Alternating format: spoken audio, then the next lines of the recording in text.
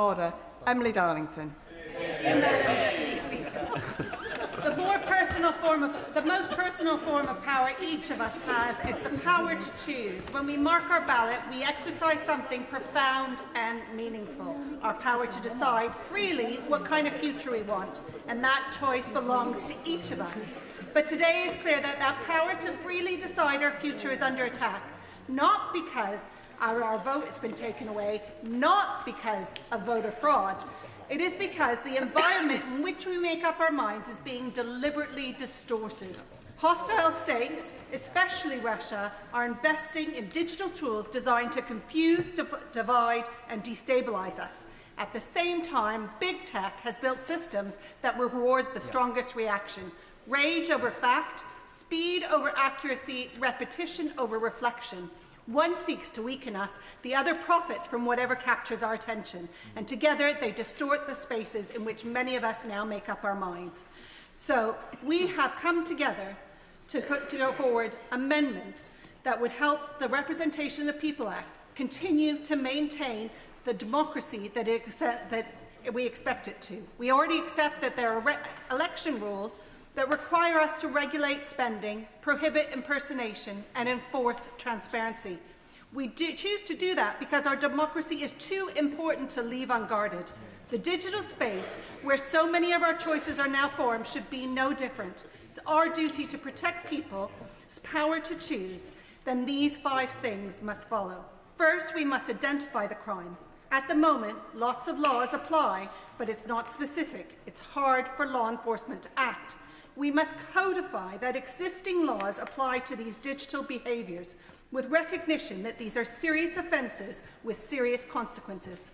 Second, we must shine a light. If a video is artificially generated to impersonate a candidate, voters have the right to know, as my right honourable friend has described his own experience. We need much higher levels of disclosure and labelling of where it comes from, so that people can better understand what they're seeing. And that's why we need more regulation and transparency around political advertising, with all paid digital advertising being kept publicly available in a library so that it's open for all to see. Third, we must demand that major platforms play their proper role in society. These platforms shape what millions of people see during an election, and they must be accountable.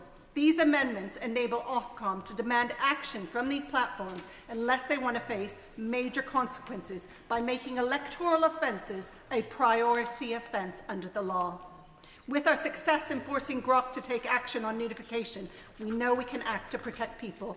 No platform is too big or too powerful.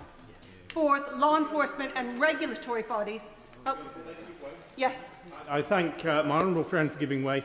Would she agree with me that our joint honourable friend from the Select Committee was woefully let down by Meta in the attempt of his to get his own video taken down? Completely agree, and I think we all agree that a misrepresentation of that kind is distorting to electorate's views, no matter what side of the House that you're on. And the reality is it should be taken down, and I think we can all agree on that fact. Fourth, law enforcement and regulatory bodies must have the power to act. The Electoral Commission must have more power to investigate with real-time access to platform data that is so vital to understanding the impact of algorithmic systems, the role of inauthentic behaviour through bots, and regulators must have the power to compel major platforms to take action, including in this case. We have a standard way to let the public know about incidents when they happen. They need to be informed. Fifth, these rules must apply year-round. One of the reasons Meta won't take it down is we're not in an electoral period.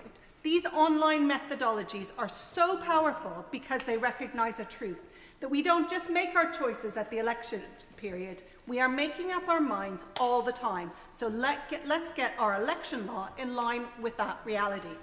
And finally, we propose an amendment which goes to the core of how we treat each other. We must take action to reduce abuse of candidates.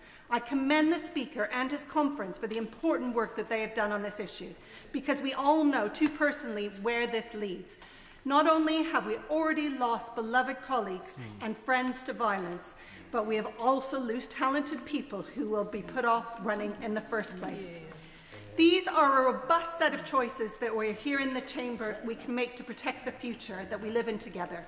They're not about shutting down arguments or preventing someone from speaking their mind. They're about protecting the space for each of us to make the choice freely, and for those spaces to be filled with genuine discourse and arguments. Thank you, Madam President.